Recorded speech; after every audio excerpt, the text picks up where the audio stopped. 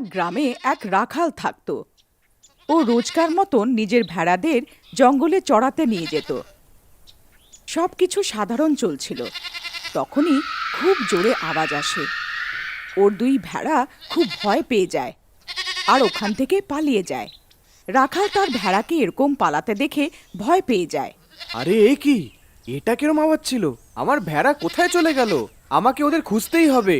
তারপর রাখাল তার ভেড়াকে খুঁজতে খুঁজে জঙ্গলের খুব ভেতরে চলে যায়, কিন্তু ওর ভেড়ার কোনো খোঁজ খবর পাওয়া যায় না। আরে ভাই, এখন দুটো ভেড়া কোথায় চলে গেল? যদি আমি এদের হারিয়ে দিই তাহলে আমার স্ত্রী খুব রেগে যাবে। এখন কি করি? কোথায় খুঁজি এদের? তারপর অনেক দেরি অবধি এখানে সেখানে খুঁজতে থাকে, কিন্তু সে কোনো সফলতা পায় না।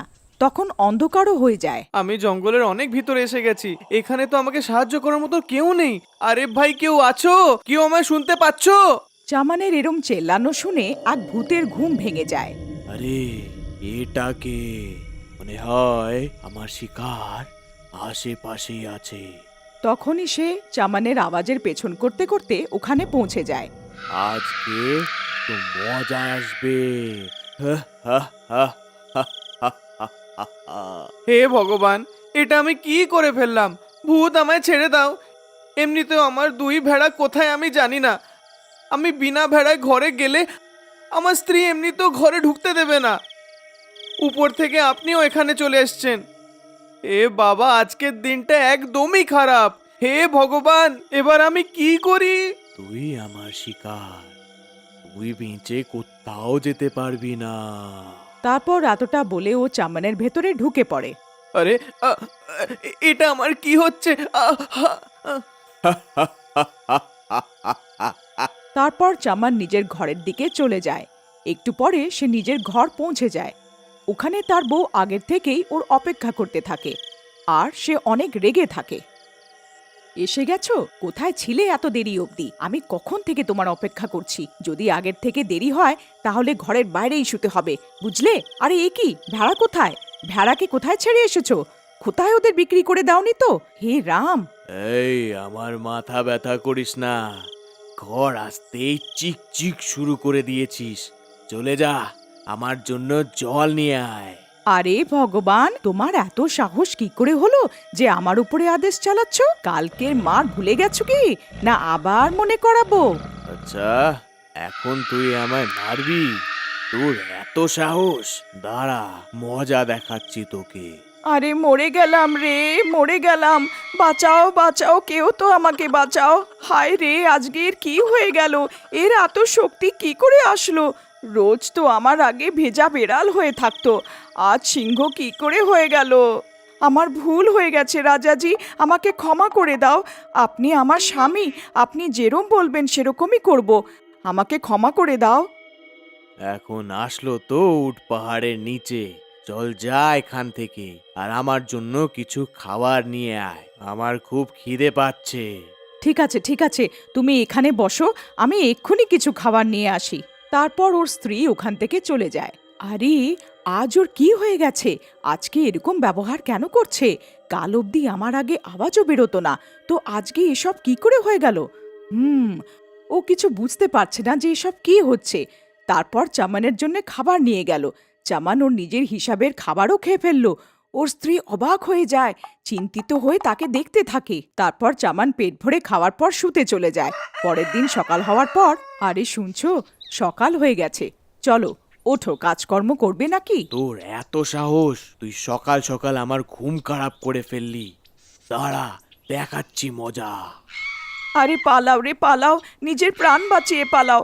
হে ভগবান, মনে হয় এ পাগল হয়ে গেছে। তারপর সে পালাতে পালাতে নিজের প্রতিবেশীর ঘরে ঢুকে পড়ে। চামান ওর পেছন করতে থাকে, কিন্তু সে যখনই ঘরের বাইরে বেরোয় ও জ্বলতে থাকে, কারণ ও দিনের আলো সহ্য করতে পারে না। আমাকে এক্ষুনি ঘরে যেতে হবে। ও আবার নিজের ঘরে ফেরত চলে যায়। এক গ্রামের লোক চামানকে এরম রোদে জ্বলতে দেখে নেয় আর অবাক চিন্তিত হয়ে যায়। হাড়ে হাড়ে বাঁচলাম। আমি দিনে বাইরে বেরোতে পারবো না। আমাকে এই কথাটার ধ্যান রাখতে হবে। আরে এ কি করে হতে পারে? যেমন ভাই এরম রোদে আসতে জ্বললো কি করে? নিশ্চয়ই ডালে কিছু কালো আছে। আমাকে এই কথা বাকিদের বলতে হবে। তারপর সে দৌড়ে যায় আর বাকি গ্রামের লোকেদের এই ঘটনার ব্যাপারে বলে। কালিয়া ভাই, আমার মনে হয় এর উপরে কোনো ভূতের ছায়া আছে। যখন থেকে কাল রাতে জঙ্গল থেকে এসেছে অবাক অবাক ব্যবহার করছে। কাল রাতেই ঘরে পুরো খাবার খেয়ে ফেলেছে, আমার সাথে বাজে ব্যবহারও করেছে, আর ওর চোখ ভূতের মতন লাল হয়ে গেছে। তুমি ভয় পেও না বোন, চলো আমি তোমার সাথে গিয়ে দেখছি। তারপর দুজন মিলে তার ঘরে যায়। ওখানে আগের থেকেই কিছু গ্রামের লোক ঘরের বাইরে বেরিয়ে থাকে। তারপর কালিয়া আর আনিতা ঘরের ভেতরে যায়। এই চমন, কোথায় তুই? একটু বাইরে তো হয়। বেবিটা বোনের সাথে এত দুর্ব্যবহার করার সাহস কোথা থেকে পেলি? বাইরে আয় বলছি, আমি তোকে এক্ষুনি মজা দেখাচ্ছি। চামানের কালিয়ার কথা শুনে রাগ এসে যায়। তারপর চামান রেগে গিয়ে বাইরে চলে আসে। এই কে রে তুই? তোর এত সাহস আমার সাথে উঁচু আওয়াজে কথা বলিস? দাঁড়া, তোকে এক্ষুনি বলছি। আরে আমি মরে গেলাম রে, ছাড় আমায়, ছাড় ছাড়। চমন ভাই, আমাকে ছেড়ে দাও, আমার ভুল হয়ে গেছে। আমি অনিতা বৌদির কথায় চলে এসেছি ভাই। তুমি ঠিক ভাই, এই মহিলাটাই ভুল, ওর সাথে ঠিক করেছো। আমাকে ছেড়ে দাও, আমাকে যেতে দাও, আমার ভুল হয়ে গেছে। আনিতা এসব দেখে ভয় পেয়ে যায় আর ওখান থেকে পালিয়ে যায়। আরে পালাও রে, নিজের প্রাণ বাঁচিয়ে পালাও। আনিতা বোন, এ কি হচ্ছে ভেতরে? কিরম আওয়াজ আসছে বাইরে? তখনই চামান কালিয়াকে উঠিয়ে ঘর থেকে বাইরে ফেলে দেয়। আরে মরে গেলাম রে, এ তোমার পাই ভেঙে দিয়েছে। কালিয়া ভাই, আপনি ঠিক তো আছেন না? না, আমি ঠিক নেই। চমন আমাকে অনেক মেরেছে, আর আমার ঘর ভেঙে দিয়েছে। তুমি ঠিক বলছিলে, চমনের উপর নিশ্চয়ই কোনো ভূতের ছায়া আছে। ও অনেক শক্তিশালী হয়ে গেছে, আমাদের মধ্যে কেউ তার সামনা করতে পারবে না। তুমি ঠিক বলছো কালিয়া ভাই, আমি নিজের চোখে দেখেছিলাম। যেই চমন ভাই বাইরে রোদে বেরোলো, সেই ও জ্বলতে লাগলো। ও রোদ একদমই সহ্য করতে পারলো না। আমাদের যেরম করেই হোক ওকে ঘরের বাইরে বের করতে হবে। কিন্তু ভাই, এ ভূত অনেক শক্তিশালী, একে আমরা বাইরে কেমনি আনবো? আমার কাছে একটা সমাধান আছে। আমরা ঘরের ছাদে চড়ে ওর মধ্যে অনেক ফুটো করে দিই, যাতে সূর্যের আলো ঘরের ভেতরে চলে যাবে আর আমাদের বুদ্ধি কাজ করে যাবে, বুঝলে? আরে এ কি? এই রোদের আলো ঘরের ভিতরে কি করে আসছে? মনে হয় এরা আমার কমজোরির ব্যাপারে জেনে ফেলেছে। হায়, এবার আমি কি করি? কোথায় যাই? তারপর ওই ভূত সূর্যের আলোতে তরপাতে লাগে। আরে বাপরে, মরে গেলাম রে। আরে গ্রামের লোকেরা, দাঁড়াও, এরম করো না। হায়, আমি আমি কি করব? তুমি যে মহিলার কথা বলছো, সে অনেক নিষ্ঠুর মহিলা। ও এই বেচারা চমনের উপর অনেক অত্যাচার করে। তোমরা চমনকে আমার হাত থেকে বাঁচিয়ে দেবে, কিন্তু এই পাপী মহিলা থেকে কি করে বাঁচাবে? ভূতের সব কথা শুনে গ্রামের লোকেরা হয়রান হয়ে যায় আর আনিতার দিকে তাকিয়ে থাকে। ভাই, ভূতের কথায় দম আছে। যদি আমরা চমনকে এর থেকে বাঁচিয়ে দিই, তাহলে ওই মহিলা ওর উপর অত্যাচার করবে। এর থেকে ভালো চমনকে ওরমই থাকতে দাও। এই ভূত ওই মহিলাকে উচিত শিক্ষা দেবে। না না, এরম বলবেন না। আমার নিজের ভুল বুঝতে পেরেছি। আমি আজকের পর চামানকে কোনো কষ্ট দেব না। আমি দিব্যি দিচ্ছি, আপনারা খালি চামানকে এই ভূতের কাছ থেকে বাঁচান।